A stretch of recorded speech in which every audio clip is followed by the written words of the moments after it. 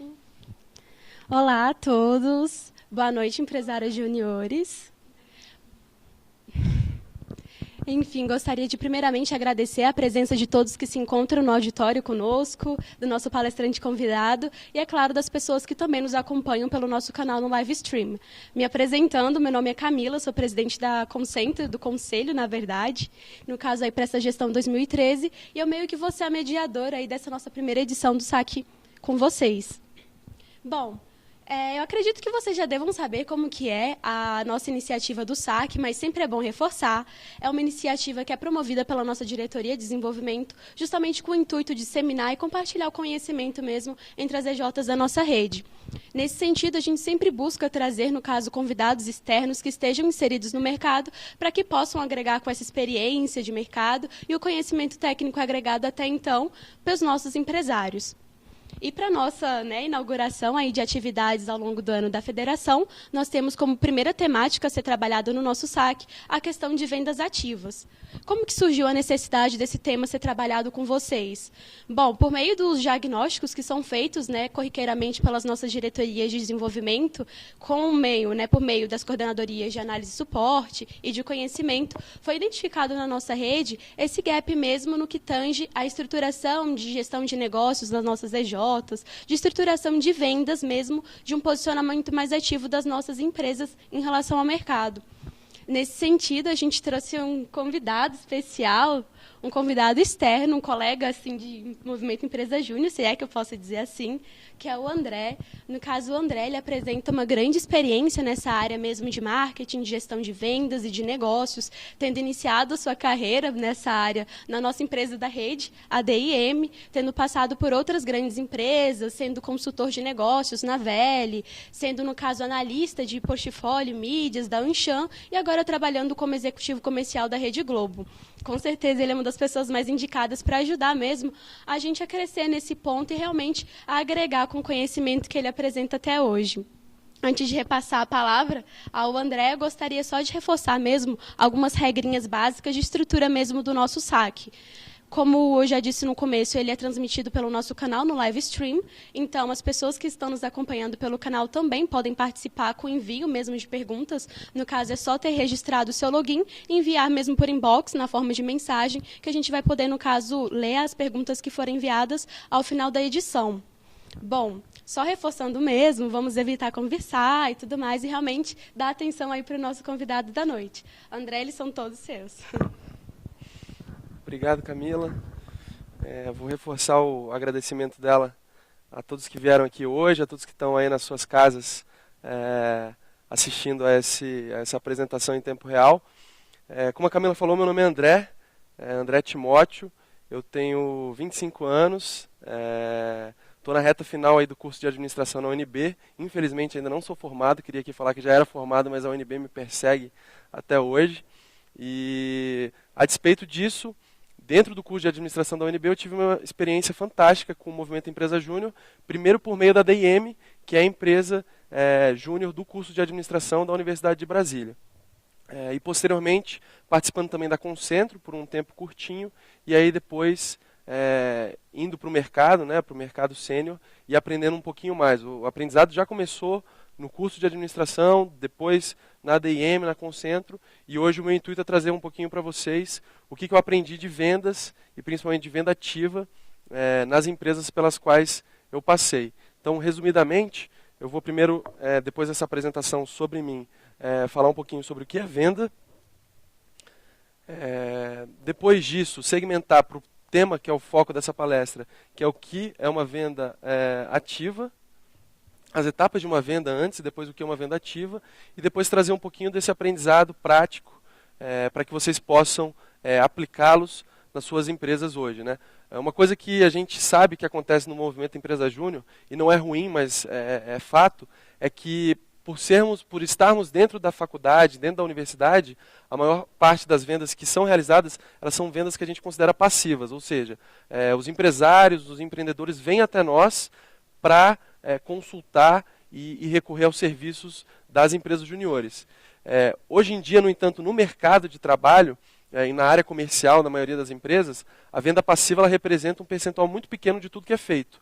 a maior parte é de venda ativa, ou seja, é de uma prospecção de um cliente, de correr atrás, de enxergar uma oportunidade, mostrar essa oportunidade para o cliente e aí sim efetivar a venda e trazer um retorno financeiro positivo para a empresa. Tá legal? Então vamos lá, eu trouxe duas definições de que é venda, de dicionários que estão ao acesso a todos nós, né, na internet, dicionários gratuitos, e que dizem o seguinte: primeiro, dicionário online de português. O que é venda? É transferir a propriedade de bem ou mercadoria em troca de pagamento convencionado. O que eu ressaltei aqui nessa frase? Precisa existir um bem, uma mercadoria, um serviço envolvido nessa transação econômica, né? A gente sabe que o comércio primitivo, desde os tempos remotos, inicialmente era feito por meio de permuta, né? Eu tinha alguma coisa, eu tinha uma cabra, um bezerro, você tinha leite e a gente trocava isso por meio de permuta. Não existia a monetarização desse tipo de transação comercial. No entanto, e aí vem a definição americana aí do The Free Dictionary, que fala que a venda é trocar ou entregar por meio de dinheiro o seu equivalente. Então aí entra já o conceito monetário. Então, numa venda hoje, você oferece, entrega um bem, um serviço ou uma mercadoria e em troca disso recebe dinheiro. E dinheiro, na sociedade capitalista que a gente vive, é a força motriz para que tudo caminhe. Então, daí a importância também das vendas e da área comercial nas empresas, né? São essas áreas que trazem todas as receitas para que o produto seja feito da melhor forma possível, com a melhor qualidade, para que as pessoas sejam remuneradas também, recebam seus salários. E isso eu vou, ao longo da apresentação, dar alguns exemplos para vocês de vendas com as quais eu tive contato nas empresas que eu passei. Né, que foram a Veli, consultoria em recursos humanos, que eu trabalhei na área comercial de um serviço, que é a consultoria, da Anshan, que é a Câmara Americana de Comércio, onde eu também vendi um serviço, que era o patrocínio para eventos corporativos, e hoje na TV Globo, que também é um serviço, né, algo intangível, né, não é um produto ou uma mercadoria, mas que mostra muito isso. Né. Logo que eu entrei na Rede Globo, eu tive uma experiência fantástica, que foi ir até o Projac para conhecer a cidade cenográfica, para conhecer toda a indústria de entretenimento e jornalismo, que é o que eu preciso vender. Eu vendo espaços hoje, dentro da grade, todo mundo aqui, eu acho que uma vez ou outra, assiste a TV Globo, inevitavelmente, né? Mas todo programa, seja ele de entretenimento, como as novelas, seja ele de jornalismo, que são os jornais que vão ao ar ao vivo, sejam também os programas de auditório, como o programa que está fazendo muito sucesso hoje, que é o Esquenta, da Regina Casé, ou o Luciano Huck, enfim, todos esses programas, eles são financiados pelos breaks comerciais, pelos intervalos comerciais. Geralmente o intervalo comercial, se o intervalo for chato, é a hora que você aproveita para ir no banheiro, que você vai esquentar alguma coisa no micro-ondas e tal. Mas é exatamente esse espaço que faz com que seja possível fazer uma novela, como uma novela que é gravada em outro país, em outra cidade no seu início, e que depois tem uma cidade cenográfica criada. Mas enfim, esse é só um exemplo para mostrar que a área comercial, as vendas, elas são importantes porque são elas que permitem que a área de produção crie algo para que seja oferecido ao cliente, e mais do que isso, permite também que os salários sejam pagos e que a remuneração seja dada a todos os funcionários. E aí, depois de falar do que é uma venda em si, a gente pode dividir uma venda em basicamente 3 etapas. Né? A primeira etapa delas é a prospecção. Foi para isso que eu fui convidado hoje a conversar com vocês, e esse é o foco da apresentação. A prospecção é o que a gente chama também de pré-venda. É antes da venda ser efetuada, o que precisa ser feito para que ela aconteça. Depois, a etapa de negociação é quando a venda acontece propriamente dita, é a etapa que antecipa o fechamento, mas é o momento em que são negociados preços, condições de pagamento, valores, formas de entrega, e tudo isso também é uma etapa muito importante, embora não seja o foco hoje da palestra. E por fim o fechamento, que é quando o produto é entregue, o dinheiro é recebido, e aí chega-se ao fim do ciclo de vendas, tá legal? Então, como eu falei para vocês, hoje o foco é em prospecção, ou pré-venda, ou venda ativa. Acho que a minha bateria aqui acabou.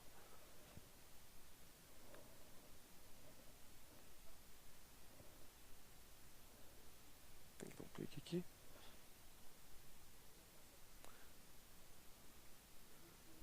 Do teclado. No mousezinho? Não é porque está perto. Essa é a primeira vez que eu estou fazendo pelo live stream, sempre tem um problema técnico, né? A tecnologia ajuda pra caramba, mas vamos lá. Então chegamos na etapa que a gente chama de venda ativa ou prospecção. Tentando resumir assim, e definir o que é essa parte, ela é a busca por novos clientes ou a busca por novas oportunidades de negócio. Então, como eu falei para vocês, é normal, é natural que na empresa júnior a gente esteja acostumado com a venda passiva, que é o quê? É quando algum cliente ou algum potencial cliente nos procurando, sabendo já que a gente tem um serviço a ser oferecido.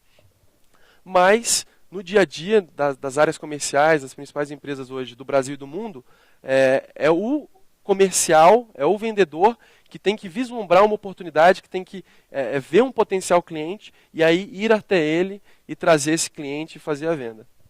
Tá? Assim como a venda em si, que tem 3 etapas, né? Prospecção, negociação e fechamento, a prospecção também tem várias etapas. Eu identifiquei aqui 6 de uma forma bem resumida, que são: primeiro, a coleta de informações, depois, o primeiro contato e a reunião. Em terceiro lugar, a identificação das necessidades nesse momento de contato direto com o cliente ou potencial cliente. Depois, a conquista da credibilidade e confiança, a elaboração da proposta comercial e o acompanhamento daquele contato feito, daquela proposta enviada. Eu vou passar item por item, citando exemplos e detalhando cada uma dessas etapas para que vocês consigam visualizar como isso acontece hoje no dia a dia.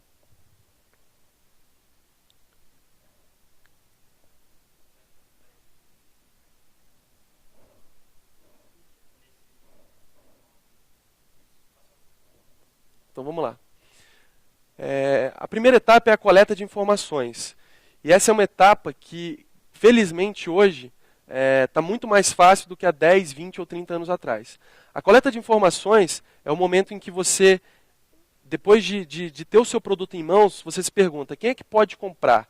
Quem será que vai ter interesse? Quem que tem essa necessidade? Para quem que eu posso ofertar esse meu produto ou serviço? E aí, identificado isso, hoje a gente tem uma série de ferramentas na internet para buscar informações e não chegar despreparado ou sem nenhum tipo de informação relevante na hora de fazer o primeiro contato. Então hoje a maior rede social profissional do mundo é o LinkedIn. No LinkedIn, os profissionais colocam os seus currículos, as suas experiências e também os objetivos com os quais eles estão inseridos naquela rede. Então ele é muito legal e ele é fundamental para que você conheça com quem você vai falar na empresa que você vai prospectar. Então, geralmente, quando eu tenho alguma empresa na qual eu vejo uma possibilidade de venda, eu vou na internet, entro no site daquela empresa e tento identificar quem que é o presidente, o gerente de marketing, ou seja, um tomador de decisão com o qual eu vou falar. Se isso estiver no site, ou se eu conhecer alguém, né, que conhece a pessoa e me indica, eu vou no LinkedIn e lá no LinkedIn eu tento descobrir quantos anos aquela pessoa tem, por quais empresas ela já passou, qual que é o background profissional, ou seja, se ela sempre foi da área de marketing, ou se ela veio primeiro no RH e depois foi para o marketing. Por quê? Porque eu estou conhecendo um pouquinho quem que vai ser o meu interlocutor. O LinkedIn ele dá até algumas ferramentas como quais hobbies você tem na sua vida e tal. Se o cara colocar lá, por exemplo, que ele gosta de cavalos, que ele gosta de corridas, isso é uma informação pertinente para a gente fazer aquele quebra-gelo. É muito chato você sentar na mesa de alguém e já de cara falar de negócios, preços e produtos. É legal antes você ter um quebra-gelo, perguntar sobre os hobbies daquela pessoa, sobre a família daquela pessoa, sobre como está sendo a semana dela, enfim. E tentar fugir também um pouquinho daquelas coisas que são de praxe, né? Tipo, perguntar: nossa, como está quente hoje, ou choveu ontem e tal. Que são temas assim que mostram, inclusive, que você está sem assunto e está tentando, enfim, quebrar um gelo, mas de uma forma que acaba sendo constrangedora. Então o LinkedIn é interessante para você conhecer o seu interlocutor. O Facebook hoje também é uma ferramenta interessante de coleta de informações, porque vocês devem saber, todos nós, eu acredito que todos nós usamos, temos conta no Facebook.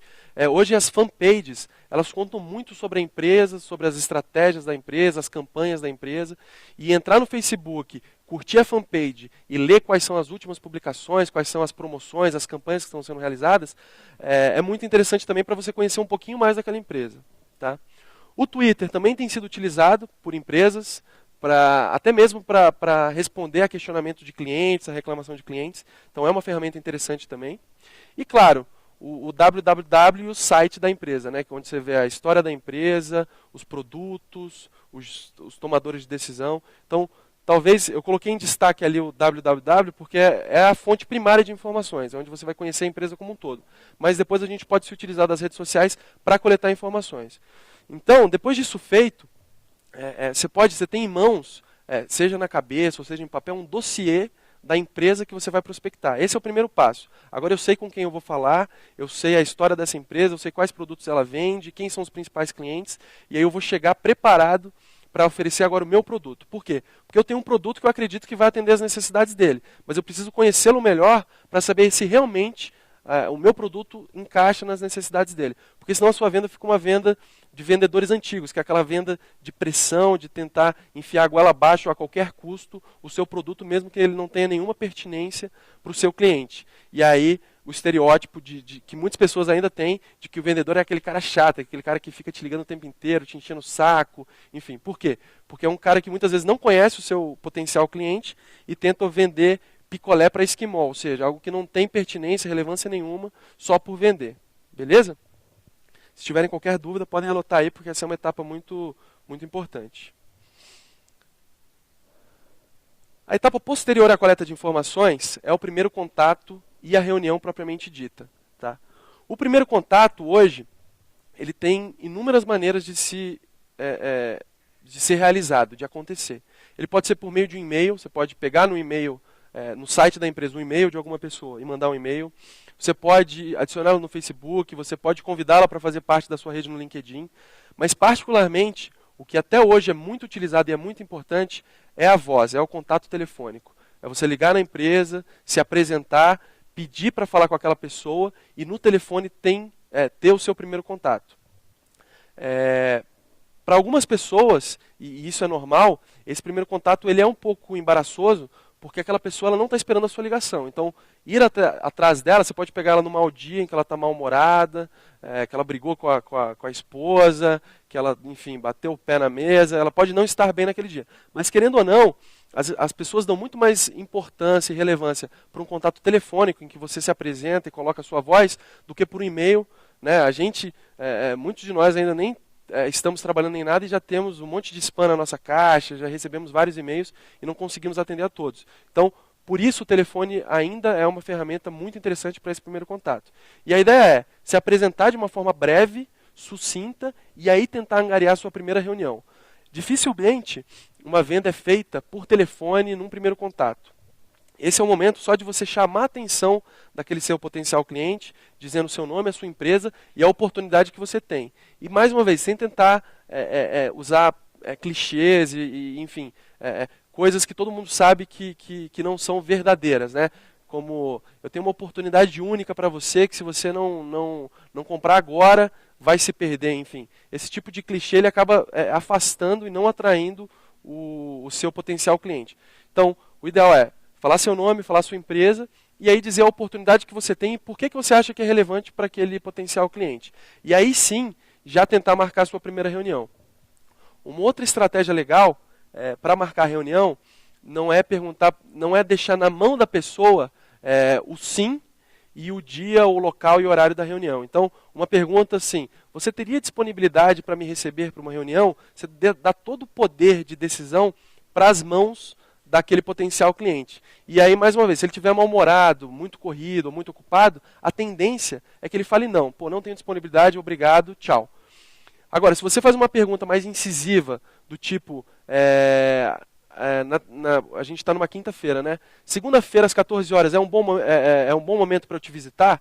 Aí ele ainda tem o poder do sim ou não, mas você já foi muito mais incisivo e já mostrou que você tem disponibilidade, tem interesse e está preparado para ir até ele. Então, fazer perguntas mais incisivas, onde você tira um pouco do poder do potencial cliente para dizer sim ou não, são estratégicas também para marcar a primeira reunião. Tá legal?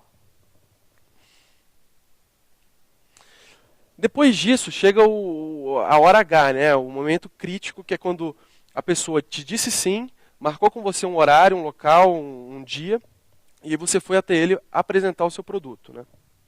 É importante, nesse momento, primeiro, você tem em mente todas aquelas informações que você coletou, e além disso, ter muito bem claro qual é o seu produto, quais são os benefícios, os atributos do seu serviço, e aí, nesse primeiro momento, tentar físico, presencial, pessoal, tentar identificar ao longo do diálogo quais são as necessidades daquele cliente que se adequam ao seu produto ou serviço. Então, assim, os vendedores antigos, de 2, 3 décadas atrás, eles falavam muito e escutavam pouco. Hoje esse quadro se reverteu completamente. A ideia do vendedor é falar pouco e ouvir muito o seu cliente, o seu potencial cliente, fazer várias perguntas, deixar que, se uma reunião tem uma duração de 40 minutos, que durante meia hora quem tenha falado seja o cliente e só durante 10 minutos o vendedor. Por quê? Porque enquanto o cliente fala, o potencial cliente fala, é que você capta as necessidades dele e faz os encaixes com o produto ou serviço que você tem a oferecer. Tá legal? Então, esse é o momento de identificação das necessidades. É quando você está sentado frente a frente com o seu potencial cliente, que você já conhece um pouco, você já conhece também os seus produtos, mas é ali que você vai ouvi-lo, fazer perguntas, fazer questionamentos, ver se ele está satisfeito. Mais um exemplo agora, né? Quando eu trabalhei nessa consultoria de recursos humanos, quando eu conseguia uma reunião, eu fazia questão de fazer perguntas sobre a empresa daquele potencial cliente. Como é que está a satisfação dos seus funcionários? Você tem algum tipo de pesquisa que diz se eles estão satisfeitos ou não? Qual que é a rotatividade, ou seja, com que turnover, com que frequência as pessoas entram e saem da sua empresa? Você já realizou algum tipo de pesquisa de clima, de pesquisa de clima para saber se as pessoas pretendem ficar ou sair da sua empresa? E aí, com as respostas, e eu deixava a pessoa falar durante um bom tempo, é que eu captava as necessidades, e aí depois falava do meu produto, que era o recrutamento e seleção, a realização da pesquisa de clima organizacional, e por aí vai. Tá bom?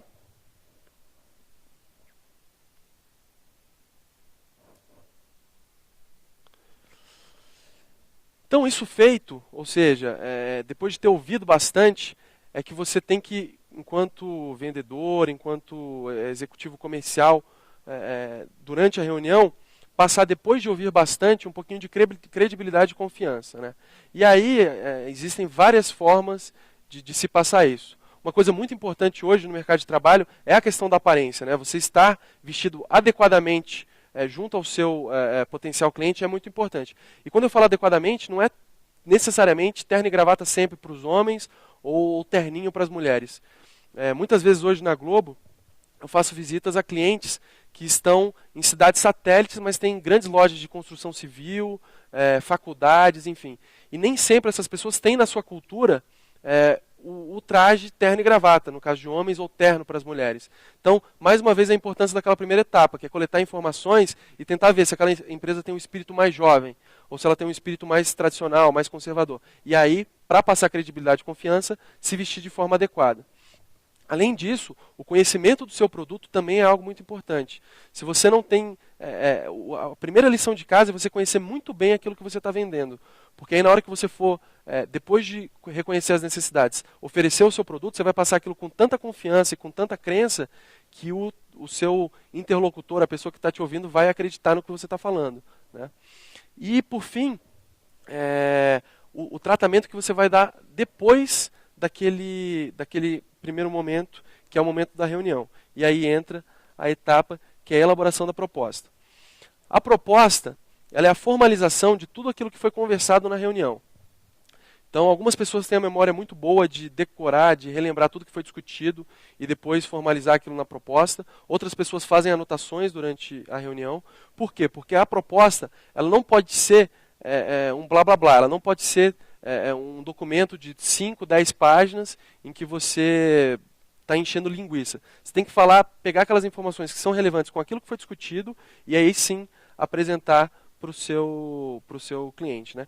E aí, dependendo da empresa, do setor e do porte da organização, as propostas variam, né? Na Câmara Americana de Comércio, que é uma associação de empresas filiadas e que participam de eventos corporativos, comitês temáticos e tudo mais, a proposta que eu efetivava era uma proposta de patrocínio. Então, por exemplo, um evento, todo ano, a Anshan realiza um evento voltado só para executivos de RH, gerentes de RH, superintendentes de RH, analistas de RH.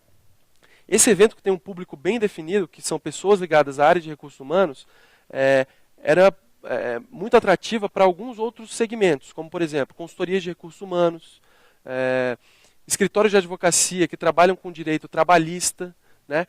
E aí, com base nesse produto que eu já tinha, eu ia até o cliente, conhecia as necessidades dele de publicidade, de propaganda, e na hora de fazer a proposta, eu tentava customizar ao máximo, ou seja, deixar aquela proposta com a cara do cliente. Para quê? Para que ele recebesse, se enxergasse ali e se enxergasse também comprando aquele patrocínio de um evento determinado. Tá bom? Bom, e por fim, vem a etapa que para mim é a mais dolorosa, mais dedicada, mas também a mais importante para que o negócio se concretize e aí você chegue na etapa de negociação e depois de fechamento de negócio, que é a etapa de acompanhamento. Da mesma forma que é muito difícil você conseguir marcar, agendar uma reunião com aquele potencial cliente no primeiro momento, é muito difícil também que ele te dê a resposta num curto espaço de tempo. E todo executivo de vendas, todo vendedor, ele tem metas a bater. Então, assim, o acompanhamento é um momento de muito equilíbrio emocional, porque você tem que saber que você precisa vender e que se você não vender, você não vai atingir as metas da empresa e aquilo pode repercutir negativamente, mas ao mesmo tempo você não pode voltar e ser aquele cara chato que fica ligando todo dia, mandando e-mail toda hora e cansando o seu potencial cliente. Aí entra mais uma vez a coleta de informações e o momento da reunião. É você tentar perceber se aquela pessoa com quem você conversou, ela só trabalha sob pressão e ligar e mandar e-mails não vai incomodá-la. Ou se não, se ela é uma pessoa mais resistente à pressão e fazer isso vai ser negativo e você pode acabar perdendo uma venda por causa disso também. Então o acompanhamento são as ligações periódicas, são os e-mails, são as sondagens, às vezes com a secretária, com algum colega daquela pessoa ligando, poxa, como é que está o fulano de tal, ele viajou, é porque ele não me respondeu ainda, enfim. É tentar saber se aquela venda vai adiante ou não. Porque muitas vezes também é importante que você saiba que aquilo não vai se concretizar, até para você poder gastar o seu tempo e se dedicar às outras atividades junto a outros potenciais clientes, né? E não ficar perdendo seu tempo, entre aspas, com uma venda que não vai acontecer. Então, resumidamente, é isso que é a prospecção, né? Então, relembrando, o primeiro momento da prospecção é a coleta de informações. É quando você se cerca de todas as informações possíveis sobre a empresa que você vai prospectar, sobre o tomador de decisão, sobre as ações daquela empresa, os produtos que ela vende, os clientes que ela atende. Isso feito, você monta um pequeno dossiê na sua cabeça ou em anotações e parte para o primeiro contato, que é a ligação telefônica, que é muito importante. Claro que nem sempre você consegue falar com aquela pessoa. E aí você pode utilizar o e-mail, você pode adicionar a pessoa no LinkedIn. Mas a ligação, eu reforço que é algo muito importante para gerar um relacionamento mais direto e pessoal. E depois desse momento de ligação, o agendamento da reunião. Na reunião, outro ponto importante é não falar muito, é ouvir muito, é deixar com que o potencial cliente fale sobre a sua empresa, sobre as suas necessidades, porque aí você está coletando ainda mais informações e informações mais pertinentes para apresentar o seu produto. Na apresentação do produto é fundamental que você passe confiança e credibilidade, seja pela forma de se vestir, seja pela forma de falar e seja pelo produto em si que você tem em mãos para oferecer. E por fim, depois de conquistada a confiança e a credibilidade, enviar uma proposta, ou seja, formalizar aquilo para que aquilo não fique etéreo e no ar, mas que aquilo seja formalizado. E, por fim, fazer o acompanhamento por meio de ligações. Muitas vezes é necessário fazer uma outra visita, porque é nessa outra visita que vai entrar a parte de negociação de preços, condições de pagamento e assim por diante. E aí sim, sai-se da prospecção, vai para a negociação e para o fechamento de vendas, que para o vendedor é o ápice, né? É o melhor momento de todo aquele desgaste, todo aquele sacrifício de correr atrás, mas que é o momento em que você vê que vale a pena ter corrido atrás daquele cliente, ter identificado aquela necessidade, feito a sua proposta e fechado a venda. Então, é nisso que se resume a prospecção. Espero que vocês tenham entendido de uma forma rápida, sem muitas delongas, o que é esse processo e que no futuro sejam todos meus companheiros aí na área comercial, trabalhem com vendas e não necessariamente sendo vendedor. Eu acho que hoje em dia a venda, por mais que ela, naquele conceito, naquela definição que eu tenha colocado, seja a troca de algum produto ou serviço por dinheiro, hoje em dia todos nós temos que ser vendedores independentemente da sua área, né? Quando você é da área, por exemplo, de gestão de pessoas, e você vai até a direção da empresa, pedindo um aumento salarial para a sua equipe de funcionários, para que eles se sintam mais motivados, você tem que ser vendedor, você tem que ser persuasivo, você tem que saber convencê-lo com bons argumentos de que eles precisam daquilo para que a empresa seja mais produtiva, né? Se você é da área financeira, e você vai promover por outro lado, um corte de investimentos, você precisa vender para a direção da empresa que aquilo é importante, porque senão a saúde financeira da empresa vai ser prejudicada. E as vendas, elas estão presentes também no nosso dia a dia, né? Seja para conseguir alguma coisa dos nossos pais, dos nossos namorados e namoradas, enfim. A venda, oferecer algo em troca de alguma outra coisa é importante na vida como um todo. Então, independente de vocês seguirem ou não, sei que aqui existem pessoas de várias empresas juniores, né, de administração, política, relações internacionais, engenharias. É importante em todo momento das nossas vidas pessoal e profissional, ter um pouquinho desse lado de vendas e de correr atrás. A prospecção nada mais é do que correr atrás de alguém, de algum cliente, de algum potencial comprador. E é importante que isso seja feito na nossa vida como um todo. Eu deixei aqui no último slide os meus contatos. Como eu já fui parte do movimento Empresa Júnior, é sempre um prazer conversar com vocês, enfim, no que eu puder ajudar, vocês podem me mandar um e-mail, podem entrar em contato por telefone. Se as empresas juniores quiserem anunciar na Globo, a gente está à disposição. Todo mundo tem a impressão de que é muito caro, mas nem sempre é tão caro, dá para fazer boas coisas. E agora eu abro para vocês perguntarem, tirarem dúvidas nesse momento.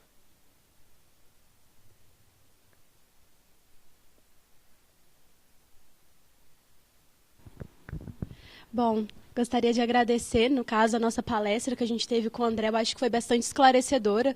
Eu acho que o ponto alto mesmo foi trazer um pouco dessa tua vivência prática, de experiência mesmo agregada em cada momento da sua vida. Então, foi bastante interessante. Agora a gente já vem partindo mesmo para a parte que eu acho que agrega também, tão quanto a palestra, que é justamente de interação com vocês, nas quais nós vamos ler as perguntas e, no caso, abrir aí para a resposta do André. Já começando a nossa questão da sessão de perguntas, André, a gente gostaria de saber como que é mesmo essa parte em você fazer esse contato com possíveis clientes. Você falou que a gente tem que buscar sondar mesmo as características do perfil, mas como é que vem a sacada de essa é a pessoa que eu vou poder trabalhar, ela entra no meu hall de prospects ou não? Bom, uma ferramenta muito importante e que eu utilizo bastante é tentar setorizar, criar setores para que seja feita a prospecção. Então, mais uma vez com exemplos práticos, né?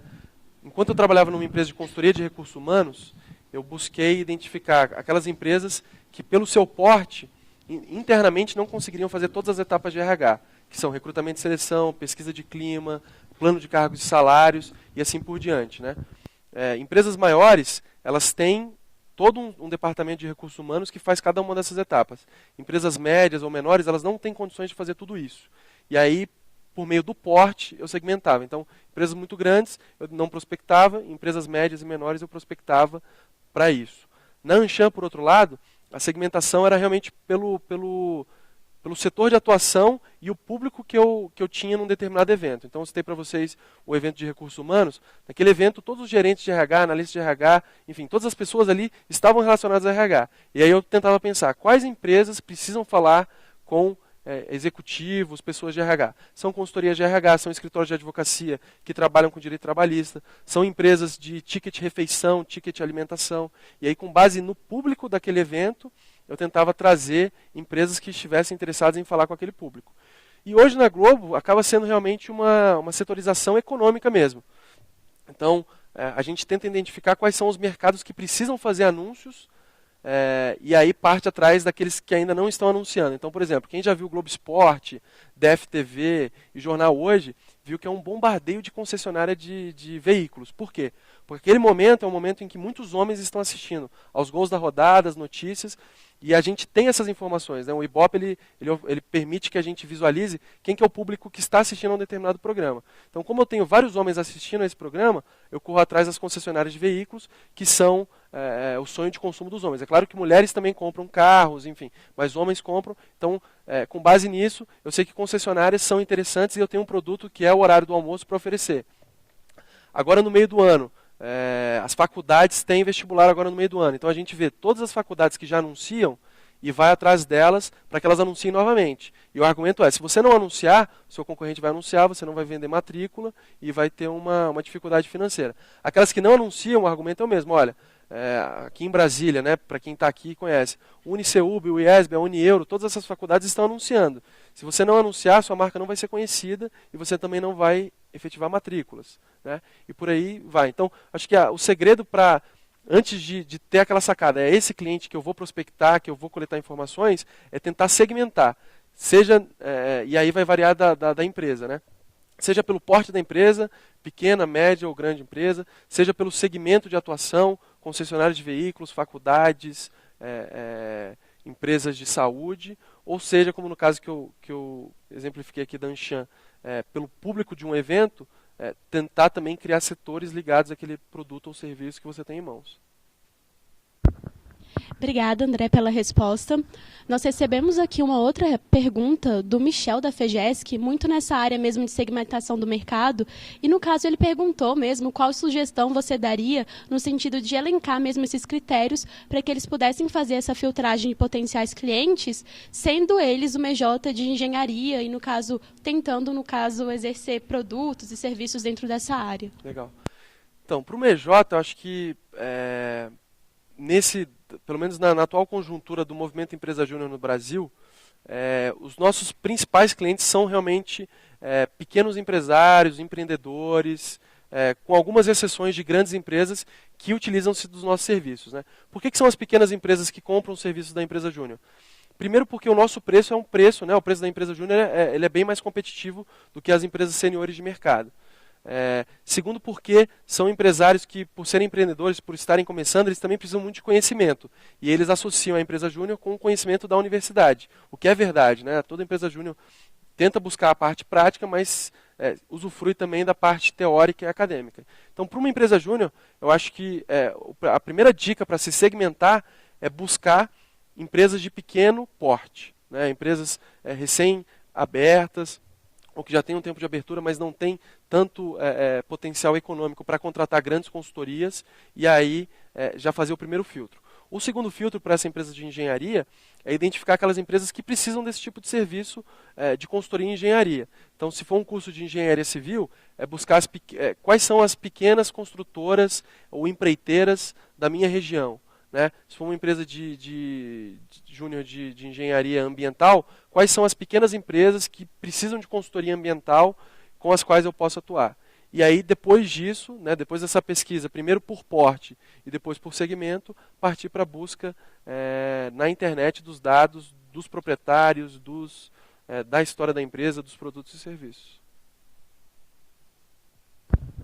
Obrigada mais uma vez, André. Agora uma pergunta que veio do Vitor, da Mecajum, é muito relacionada a essa primeira reunião mesmo com o prospect, no caso.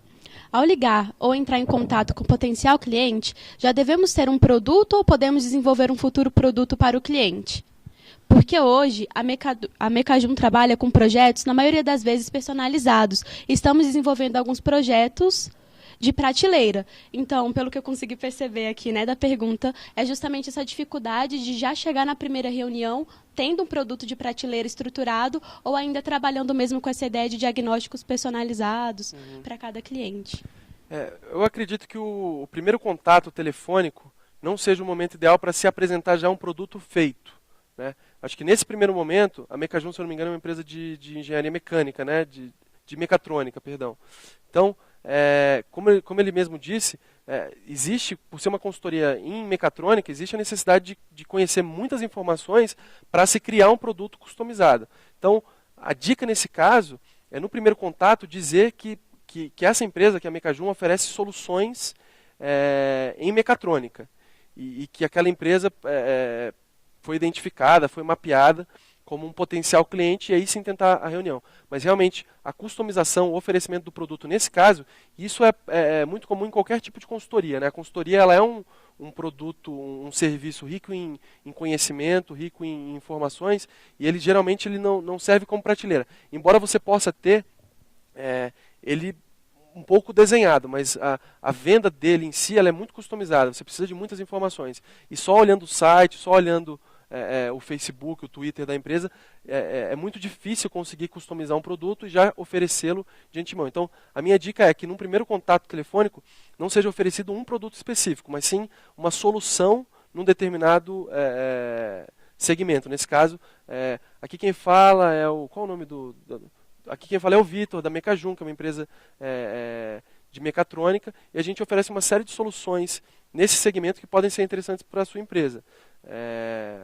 E aí fazer aquela pergunta mais incisiva. Posso te visitar no dia tal, horário tal, na sua empresa, e deixar mais difícil que o potencial cliente escape desse primeiro contato pessoal, né?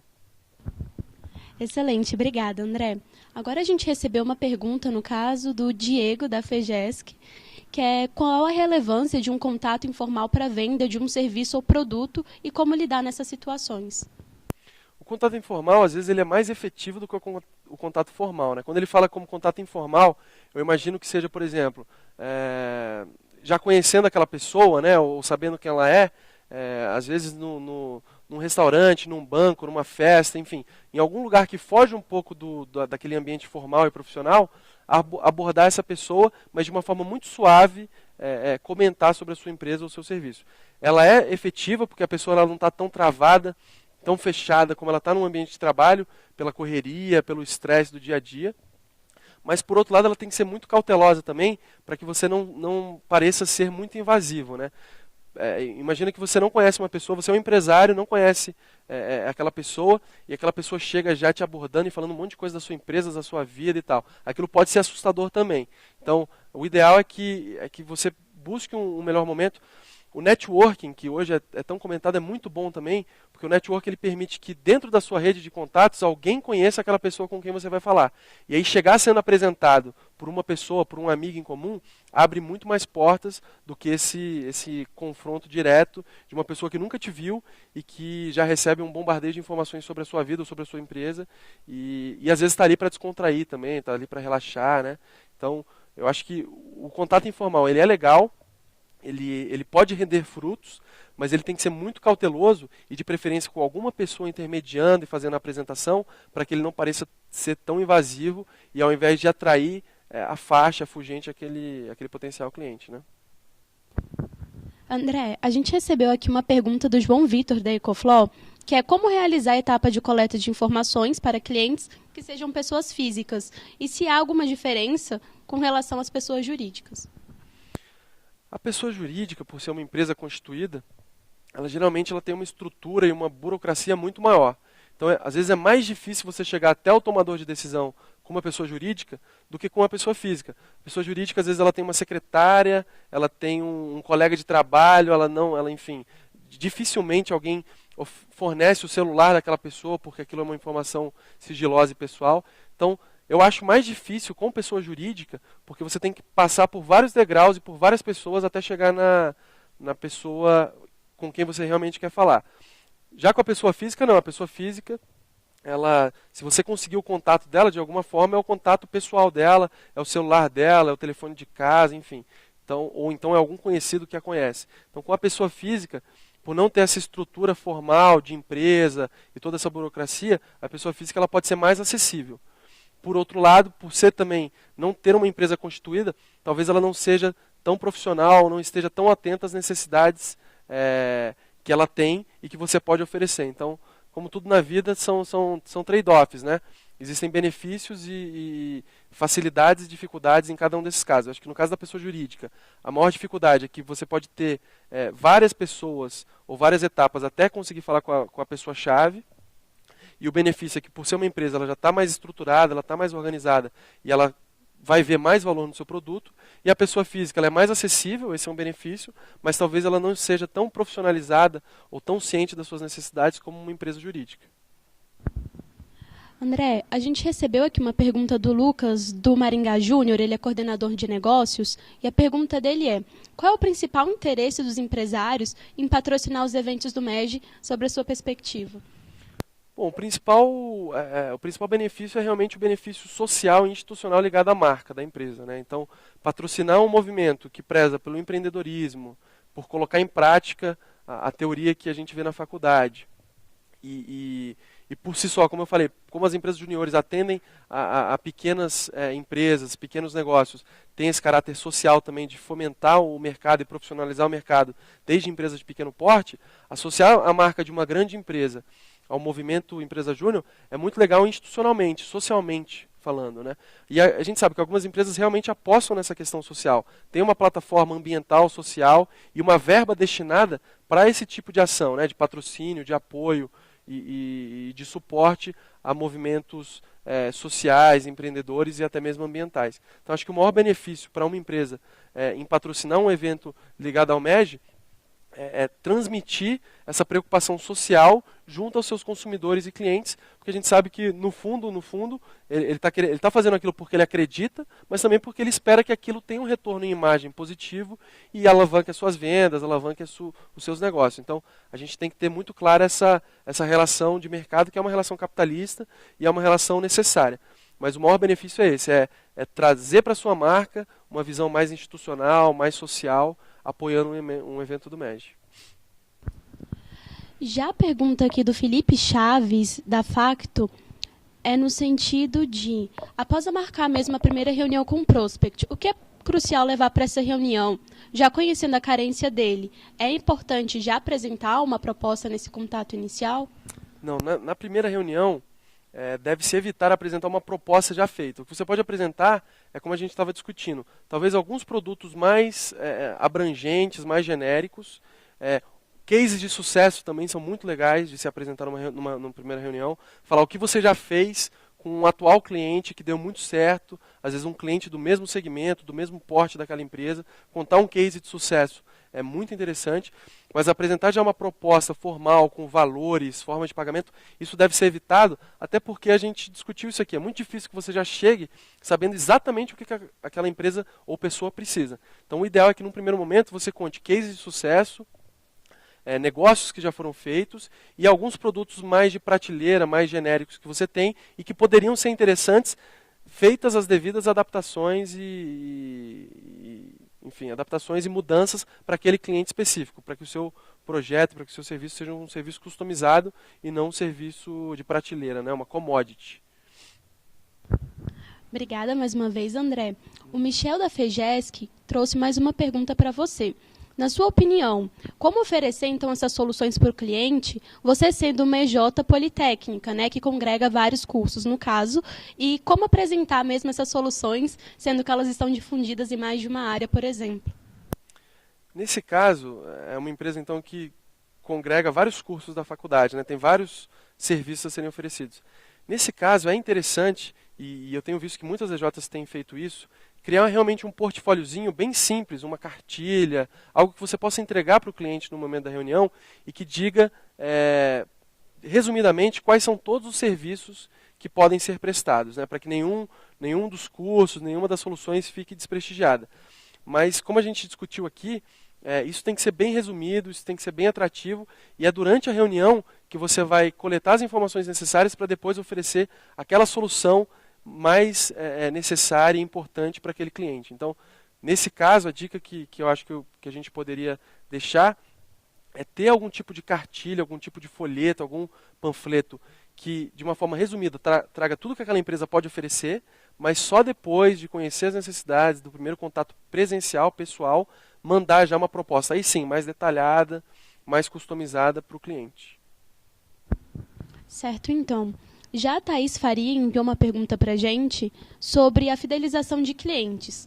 Qual é a diferença nessa abordagem da primeira reunião após algum tempo em que o projeto já foi realizado? Aí entra a etapa de pós-venda, né? Uma vez feita a venda, como que se dá o relacionamento com o cliente. Isso varia bastante, né? De cliente para cliente, de serviço para serviço. Existem clientes hoje que eu atendo que fazem questão que todo mês eu faço uma visita lá para saber como é que está indo o resultado dos anúncios, se a gente precisa fazer algum ajuste na programação, mudar algum programa ou outro, porque aquele não está gerando tanto resultado. E existem outros clientes que depois de feita uma venda, eles só necessitam realmente de uma ligação para confirmar. E aí, a compra do mês que vem, posso fazer? Então isso varia muito do estilo do cliente, do porte do cliente. E enfim, do cliente como um todo. Mas o que eu acho que é importante é sempre ter o foco no cliente. Então, vendo que ele é um cliente que precisa de atenção, é ligar constantemente, é visitá-lo constantemente. Vendo que ele é um cliente que anda com as próprias pernas, é deixá-lo mais à vontade, mais livre para quando necessário, te acionar. Agora, é sempre preocupante quando você faz uma venda e durante muito tempo não tem nenhum tipo de feedback, nem positivo nem negativo, né? Se a pessoa não reclamar ou não elogiar, é importante que você, de uma forma estratégica, entre em contato, faça uma reunião de pós-venda, visite ou ligue para aquele cliente para saber se valeu a pena ou não e se ele quer continuar sendo atendido por você. Para essas empresas juniores que têm um portfólio muito amplo, é muito legal, depois de um primeiro projeto, a reunião de pós-venda, para que você possa vender as outras soluções que não foram vendidas ainda, né? No primeiro momento, às vezes por verba, às vezes por não conhecer tanto a empresa júnior, o cliente ele precisa de várias coisas, mas ele compra só uma coisa, né? Só um serviço, só um produto. E aí o pós-venda, além de coletar feedback sobre aquela venda, é um momento crucial para que você ofereça também as outras soluções. Claro que se o feedback for negativo, você tem que primeiro tentar solucionar aquilo que foi feito de errado antes de vender qualquer outra coisa, porque senão você queima um cartucho. Mas se a venda foi boa, gerou resultados e teve um bom feedback, é a melhor oportunidade possível para você oferecer algum outro tipo de serviço. Obrigada. Uma outra pergunta que chegou também do João Vitor da Ecoflow foi a seguinte: na Ecoflow, eles têm uma equipe voltada para essa área de marketing e uma outra voltada para a área de negócios, mas que eventualmente elas acabam se complementando nas tarefas. Como essa prospecção direta envolve tanto a definição de um público quanto reunião de apresentações de produtos e de propostas, essas negociações elas deveriam ficar sob a responsabilidade mútua das duas coordenadorias ou de uma específica, e qual seria ela, né, no caso? Não, legal, muito boa essa pergunta do João Vitor. Hoje na Globo eu tenho a oportunidade de ver duas áreas muito bem estruturadas e que dialogam muito bem, que são exatamente as áreas de marketing e as áreas de negócios, de vendas, né? Então hoje, aquela coleta de informações que eu comentei para vocês, a sacada que o comercial teria sozinho, numa empresa estruturada como a Globo, ela já vem automaticamente. Então, é a área de marketing, com a sua inteligência de marketing, que diz para a gente, que é da equipe de vendas, quais são os setores que não estão cobertos ainda, que não estão anunciando, quais são as empresas, os telefones e o nome dos caras que são os tomadores de decisão nessas empresas. Então, hoje está tudo mais simples, porque eu já recebo da área de marketing toda essa inteligência, e aí basta conhecer bem o meu produto e partir para o primeiro contato. Numa empresa júnior que tem essas duas áreas, eu acho que o segredo é esse. É que a área de marketing, além de fazer o endomarketing, além de fazer o marketing do produto, né, dentro daqueles P's do marketing, que é definido o produto, a praça, o ponto de venda, a forma de promoção e tal, é importante que a área de marketing das empresas juniores desenvolvam essa área de inteligência de marketing, que é exatamente isso. É conhecendo o mercado, dizer para a área de negócios quais são os potenciais clientes, para que a área de negócios foque somente nisso que é o vender propriamente dito, que é ligar, agendar a reunião e fazer a proposta e o agendamento. Se essas duas áreas tiverem esse diálogo, a probabilidade de dar certo é muito maior. Porque se você concentra na área de negócios toda a pesquisa, a coleta de informações, o primeiro contato, a venda, o pós-venda, enfim, tudo isso, essa área não consegue gerar tantos negócios como dentro de uma empresa em que o marketing traz toda essa inteligência e a área de comercial parte para o que a gente chama de upfront sales, que é partir mesmo para o embate frente a frente e aí sim trazer os resultados. Agora, para a empresa júnior específica dele, eu não sei se seria interessante ter, por exemplo, uma coordenação de marketing, uma de vendas e acima dessa uma pessoa que faça o link, ou se, enfim, se cada área poderia ter a sua independência, mas o que importa é que elas precisam dialogar, né? Hoje, a maioria das empresas tem, sob a área comercial, a área de marketing. Então, existe uma certa hierarquia, porque é a área de marketing que desenvolve os produtos, mas que oferece todas as condições para que a área comercial venda. Mas pode ser sim que a marketing seja uma área, negócio seja outra área, mas é importante que elas dialoguem e que a área de marketing, que é realmente quem conhece o produto e o mercado, forneça todas as informações necessárias para que a área de negócios faça só a prospecção, a negociação e o fechamento das vendas. Obrigada. A outra pergunta aqui que nos surgiu também pelo nosso canal no live stream foi feita pelo Marcelo da Praxis. André, você sugeriu a busca de pequenas empresas ou de empresas novas para a venda ativa nas EJs. No caso de serviços de treinamento de pessoal, faria sentido essa busca por empresas pequenas? Nesse caso bem específico não, porque para treinamento de pessoal você precisa ter uma turma de no mínimo, enfim, 5, 10, 15 pessoas. Então, para esse tipo de serviço específico, aí buscar uma pequena empresa pode não ser estratégico. Mas em termos gerais, para as empresas juniores, tendo em vista aí um pouquinho da minha experiência na DIM e também de outros colegas de outros EJs, eu acho que num primeiro momento, pensar em empresas menores ou recém-abertas pode ser interessante, porque são pessoas que têm várias necessidades que a gente pode suprir e que, em contrapartida, tem uma verba que não permite que elas comprem serviços e produtos de empresas maiores. Então, daí essa estratégia. Mas ele levantou bem, esse é um caso específico e que aí sim, aí a necessidade de ter uma turma maior exige também que empresas um pouco maiores sejam prospectadas. Então, para ele, a dica que eu dou é tentar segmentar e filtrar as empresas pelo número mínimo de funcionários. Então, poxa, eu preciso criar um filtro para vender treinamentos. Os meus treinamentos são, sei lá, focados num assunto X. E eu preciso de turmas de no mínimo 10 pessoas, então eu vou prospectar só empresas que tenham de 20 para cima, né? 20 funcionários para cima. Porque se a empresa tiver exatamente 10, dificilmente todas elas vão trabalhar naquele setor de atuação que é o setor que eu quero capacitar, né?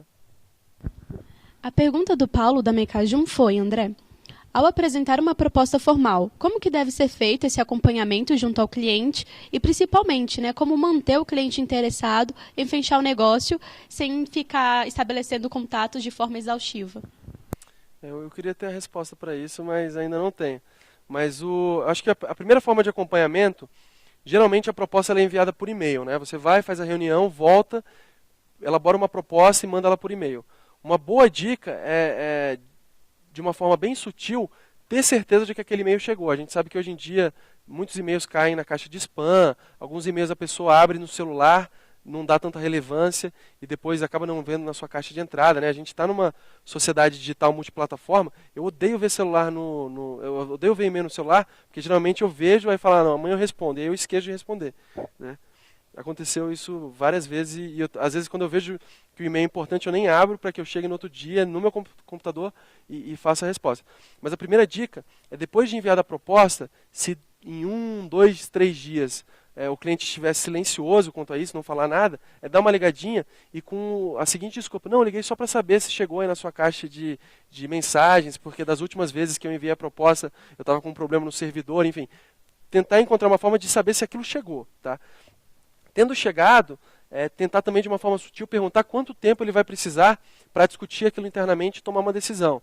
Então já perguntar para ele, posso te ligar então na segunda-feira da semana que vem para saber a sua resposta, para saber como é que foi o diálogo aí? Então essa é uma segunda dica de acompanhamento. A primeira é saber se recebeu e a segunda, tentar saber qual que é a melhor hora para ligar de novo ou para mandar um e-mail pedindo já uma resposta. E a terceira dica do acompanhamento é sempre se colocar à disposição para voltar até o cliente e fazer efetivamente a negociação. Então, assim, você recebeu a minha proposta, legal, pode dar uma olhada aí, se precisar, se tiver qualquer dúvida, pode me ligar, eu posso visitá-lo sempre que preciso para te explicar alguma dúvida, ou então caso você queira depois, porque muitas vezes a gente apresenta a proposta para uma pessoa, mas depois ela vai discutir com outras. Então se colocar à disposição para nesse momento de discutir com as outras pessoas, estar presente também, para levar informações mais confiáveis e mais seguras. Então, seriam 3 formas aí. Primeiro, garantir que aquela proposta foi recebida. Segundo, perguntar quando que vai haver uma resposta para aquela proposta. E terceiro, se colocar à disposição para, enquanto aquela decisão está sendo tomada, voltar ao cliente, visitá-lo e tirar eventuais dúvidas. André, a Luísa aqui da Lamparina nos enviou a seguinte pergunta. Na situação de empresas com uma ampla carta de serviços, em que você desconhece o poder aquisitivo de um determinado cliente, ou em situações em que o cliente já procura empresa visando um produto específico, é interessante oferecer outros produtos durante as propostas iniciais ou no momento pós-venda? Quando a empresa já te procura com uma necessidade identificada e já está interessada numa coisa só, o ideal é que você atenda aquela necessidade que o cliente considera como sendo a principal para ser resolvida. Por quê? Se você, além de oferecer aquela, oferecer várias outras, o potencial cliente pode se sentir pressionado por você para comprar tudo de uma vez. Então, assim, sempre que um cliente me liga falando que quer um Domingão do Faustão, eu falo, não, então tá bom, o Domingão do Faustão tem esse preço e tal e tal.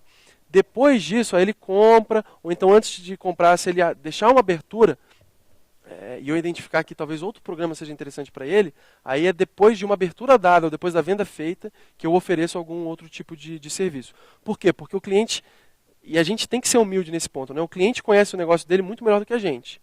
Só que às vezes ele não tem a capacidade de entender no negócio dele e entender também o nosso produto. Então a gente tem que ter a humildade para respeitar o cliente, porque é ele que conhece o produto dele, mas aí tendo abertura, conhecendo o nosso produto, tentar fazer o encaixe perfeito. Mas respondendo bem objetivamente a pergunta desse empresário júnior, acho que quando uma empresa já vem buscando algum tipo de produto, algum tipo de serviço, o ideal é atendê-lo naquele pedido. E aí depois da venda, ou então durante a venda, tendo uma abertura, oferecer os outros serviços. Quanto à pergunta que ela fez também de faturamento, de não saber qual que é a verba do cliente, isso só pode ser identificado no contato pessoal, depois que a reunião foi agendada. Porque realmente é muito difícil. Os dados de faturamento, de venda, de lucro das empresas são dados sigilosos.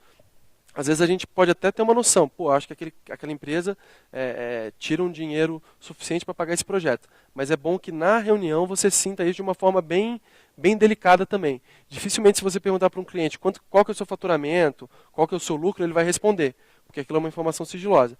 Mas aí no meio da reunião, conhecendo as necessidades dele, aí você já começa a discutir um pouquinho o patamar dos valores, quanto que ele estaria disposto, quanto que ele acha, quando ele procurou a sua empresa, quanto que ele achou que seria aquele serviço, para ter um alinhamento de expectativas e não oferecer algo muito caro para quem pode pagar pouco ou algo muito barato para quem pode pagar muito. Isso dá muita raiva quando você tem um produto que você pode elaborar, rebuscar e tal, mas aí você, com medo daquele produto estar caro, você faz ele a um preço de custo mesmo, um preço muito barato, sabendo que e depois descobre que o cliente poderia pagar melhor por aquele serviço, né?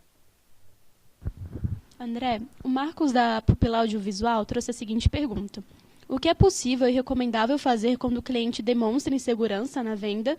E qual é o risco de se assumir um compromisso com o cliente sem ter certeza de que vamos, de fato, atender às suas expectativas? A primeira pergunta é como passar confiança, credibilidade? Isso. Como eu disse aqui antes, eu acho que a melhor forma de se passar confiança e credibilidade durante a reunião, com a sua postura, com a sua aparência, com o seu conhecimento, mas ainda assim pode ser que isso não seja o suficiente. E aí entram os cases de sucesso, né? Como eu falei, citar cases de sucesso, clientes satisfeitos, que compraram aquele mesmo produto ou serviço, é muito bom, porque aquele potencial cliente ele vê que alguém já comprou aquilo e gostou. E uma estratégia interessante pode ser pedir para os seus atuais clientes ou para aqueles que você já trabalhou, o contato e a possibilidade de oferecer o nome dele, o contato dele como uma referência. Ou seja, quando você estiver tentando fazer uma venda similar àquela que já foi feita, você passar o nome, o telefone, o e-mail daquela pessoa para que esse seu potencial cliente possa entrar em contato e perguntar: e aí, como é que foi? Aquela empresa júnior realmente é séria? O produto deles é bom? Eles realmente entregam aquilo que foi dito? Porque se você tem a confiança de que seu trabalho já foi feito bem uma vez, você pode se sentir tranquilo de passar aquele contato para aquele seu potencial cliente, né? E aí a segunda pergunta que ele fez foi, se eu não me engano, com relação a não tendo certeza de... No caso, como assumir esse risco de executar um projeto em que você não tem essa certeza se vai conseguir atingir as expectativas do cliente ou não? De verdade, eu acho que quando você, conhecendo a sua empresa, você vê que você não vai conseguir atingir as expectativas daquele cliente, a melhor coisa para se fazer nesse momento é falar: olha, infelizmente eu não posso te atender, se eu te falar que eu posso, eu vou estar mentindo, e eu prefiro não levar essa negociação adiante. Por quê? Às vezes aquela venda, você conseguiu convencer de que você pode fazer, mas você não pode, aquela venda ela dá certo naquele momento. Mas depois toda a cobrança, a insatisfação daquele cliente vão gerar reclamações. A gente sabe que o marketing boca a boca também é muito forte. Aquela empresa vai falar mal da sua empresa para todas as outras que ela conhece.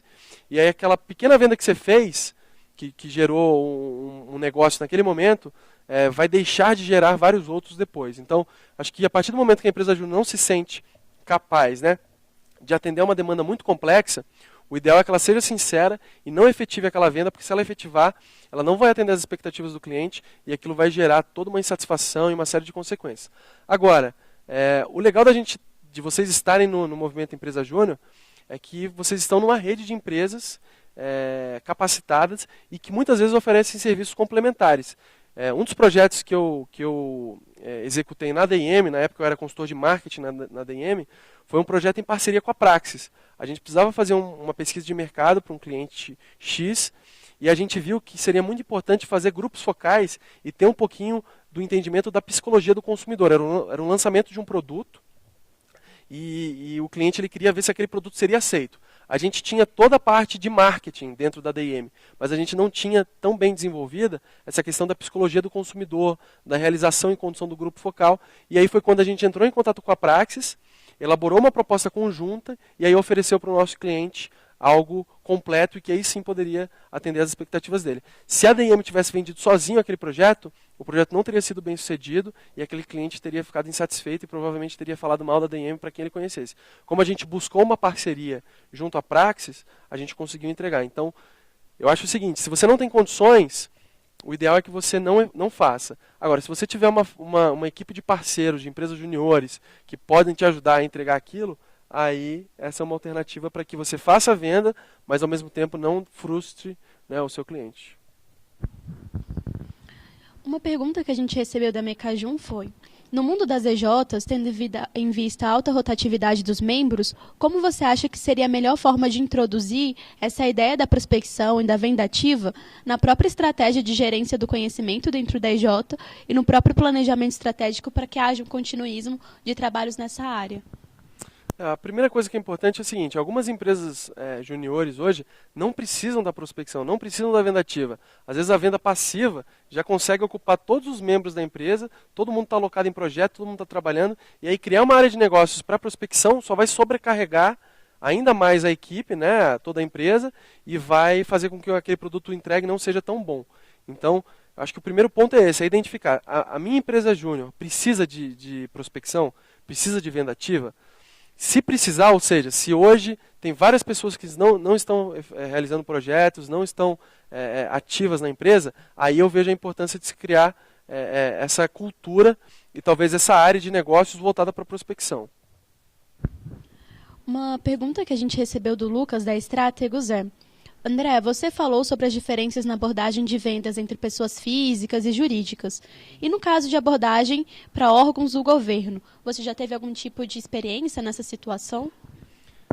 Para órgãos de governo tem uma coisa que é boa, mas que é ruim ao mesmo tempo, que muitas vezes é a necessidade de licitação, né? Se eu não me engano, projetos acima de R$ 8.000 precisam ser licitados pela empresa, ou seja, ela abre uma concorrência, abre um edital com uma série de especificações e critérios, e as empresas que se adequam àqueles critérios podem participar oferecendo seus preços e seus serviços. Então, o primeiro ponto é esse: se for algum produto, algum serviço que extrapole os R$ 8.000, você não vai conseguir vender para o governo, porque antes disso ele precisa fazer uma licitação. Aí você pode entrar na licitação e aí sim ganhar. Só que muitas vezes as empresas juniores não atendem a todos os requisitos e os critérios de um edital de licitação, que às vezes é ter um número mínimo de funcionários registrados em carteira, tantos anos de experiência de mercado, enfim. Agora, para empresas que têm essa necessidade e o valor está abaixo desse valor mínimo aí de licitação, pode ser interessante sim prospectar. Eu acredito que tenham pessoas do Brasil todo assistindo, mas aqui em Brasília a gente tem uma característica que pode ser interessante para as empresas juniores, que é a existência de sindicatos, confederações, federações de profissionais e de empresas. Então, por exemplo, o CRC, né, o CRA, que é o Conselho Regional de Administração, é um órgão que ele não é um órgão da administração pública direta, mas como ele tem algum tipo de incentivo governamental e verbas do governo, ele precisa, acima de 8 mil, sempre fazer uma licitação. Mas se o seu projeto for abaixo de 8 mil reais e você identificar que o Conselho Regional de Administração pode estar precisando do seu produto, você pode entrar em contato e fazer uma proposta inferior a esse valor mínimo de licitação. Então, identificar dentre os órgãos de governo aí, ou ligados ao governo da sua região, quais são aqueles que tem uma necessidade que pode ser atendida com valor abaixo desse de licitação, e aí prospectar da mesma forma como se prospecta empresas do setor privado. André, uma pergunta que comumente sempre é feita para a gente é em como se portar em eventos que têm essa finalidade de gerar negócios. O que você nos oferece de dicas quanto a eles? A principal dica é se mostrar uma pessoa muito aberta. Então, acho que assim, sempre estar com um sorriso no rosto, estar preparado com cartões, né, ou com algum tipo de panfleto, de portfólio para entregar, e ter uma abordagem o mais suave possível para não se tornar aquela coisa indesejada e chata, né? Mas essa é uma pessoa aberta, mas ao mesmo tempo não é uma pessoa que força a barra, né?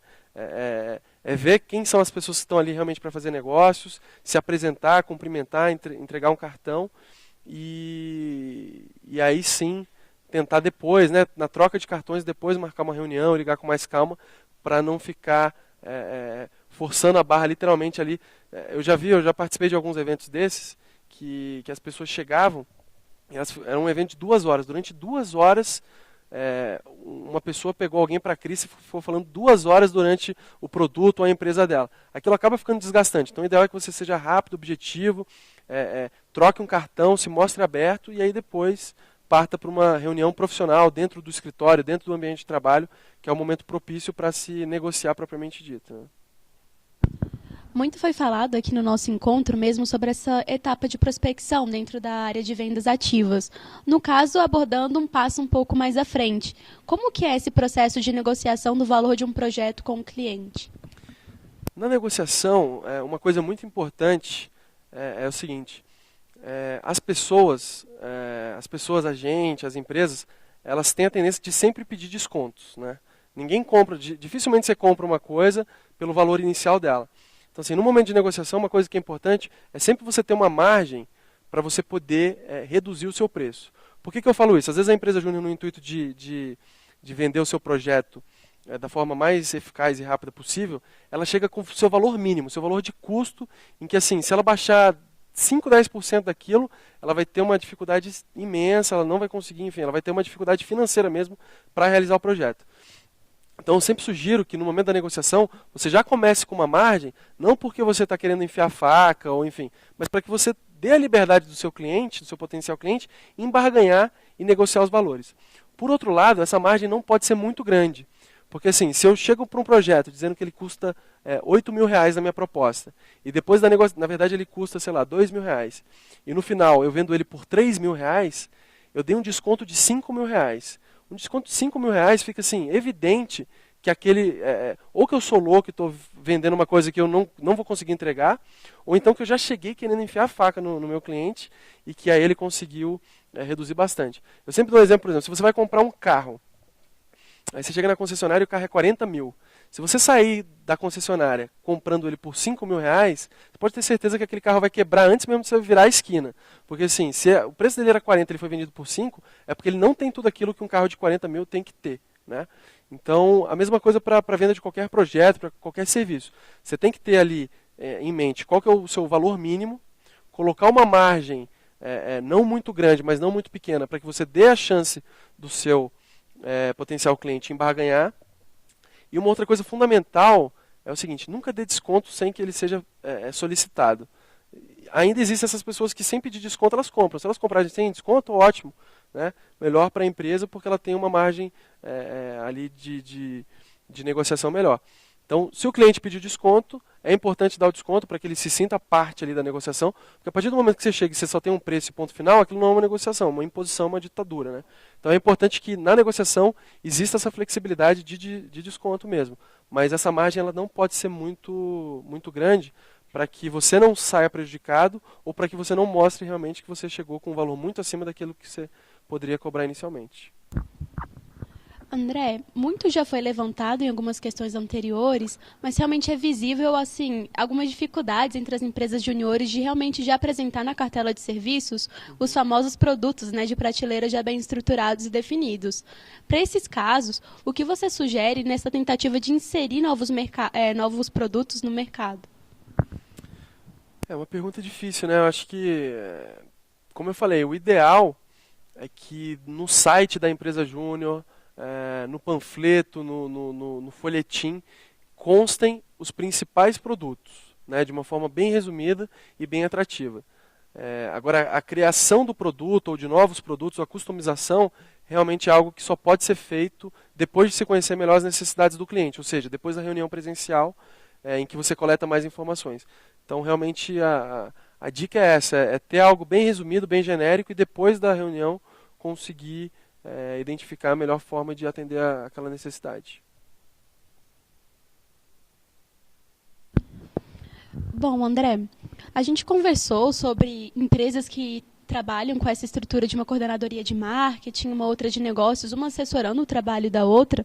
No caso, para empresas em que não apresentam essa diretoria, essa coordenadoria de marketing, para que esses insumos sejam, no caso, fornecidos para o pessoal de negócios.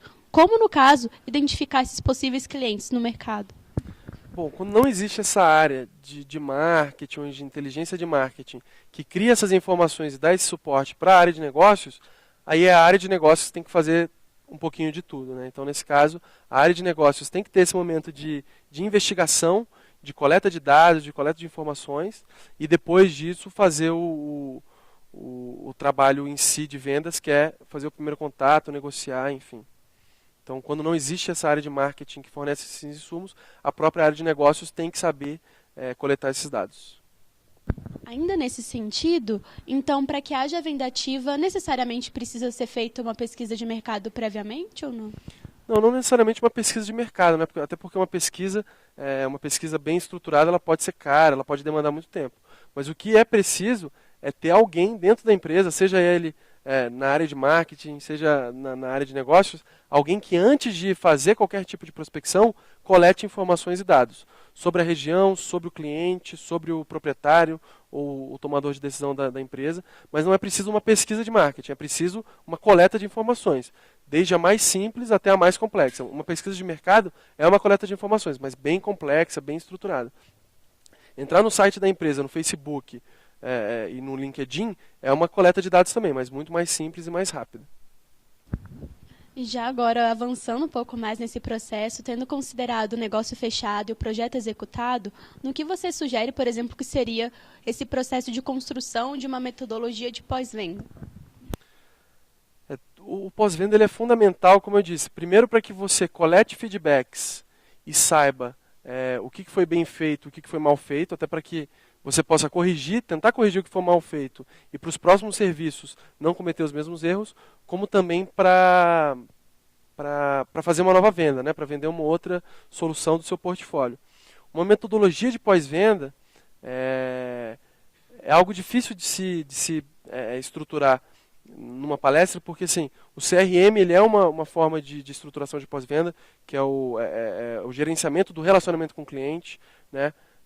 As visitas, as ligações periódicas fazem parte disso, do CRM, mas enfim, para estruturar essa metodologia de pós-venda, eu acho que eu contrataria uma empresa júnior de administração do MED e pediria que ela fizesse isso, porque muitas delas têm esse conhecimento aí para oferecer esse serviço.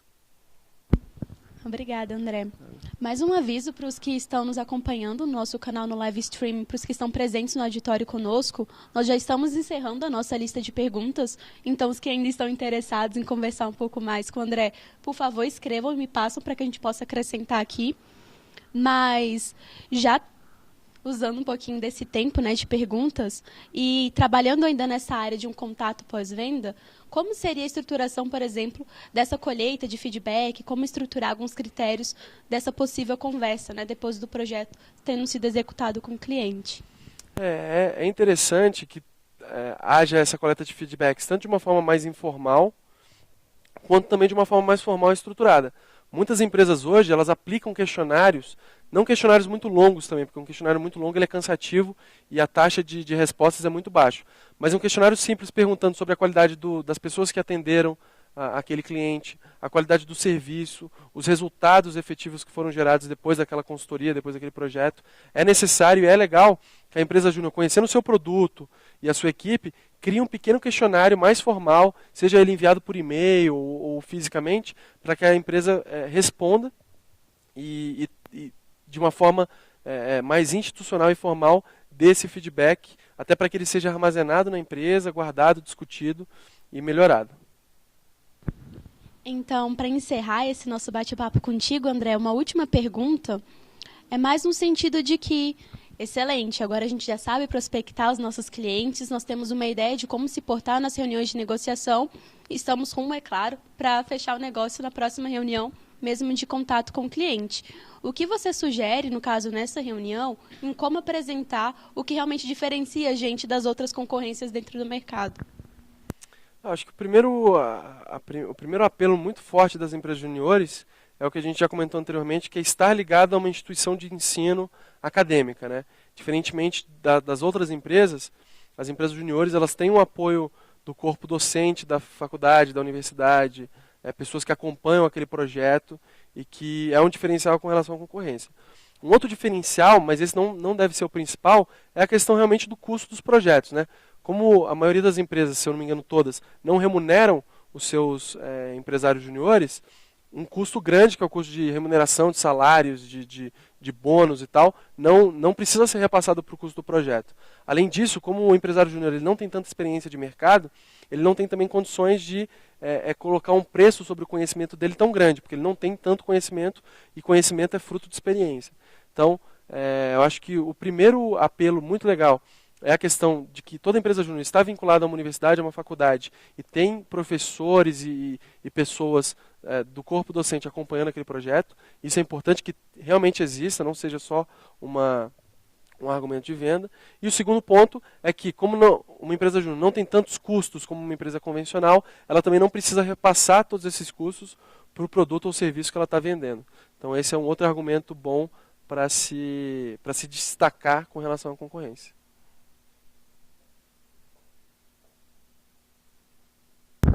Bom, obrigada pela presença, foi extremamente esclarecedora, tanto a sua experiência quanto agora, né, o conhecimento de vivência mesmo com as perguntas que a gente apresentou.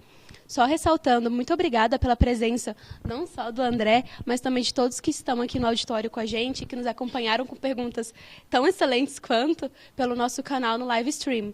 Aproveito a oportunidade, então, final de ressaltar que os participantes, por favor, respondam a nossa pesquisa de satisfação. Eu acho que já ficou bem claro a importância, no caso, com a própria palestra do André, que é que vocês respondam esse mecanismo de feedback e da gente realmente saber como satisfazê-los melhor para a próxima edição do evento. Então, agradeço a presença e realmente eu conto com todos vocês para a próxima edição do Saque da Concentro.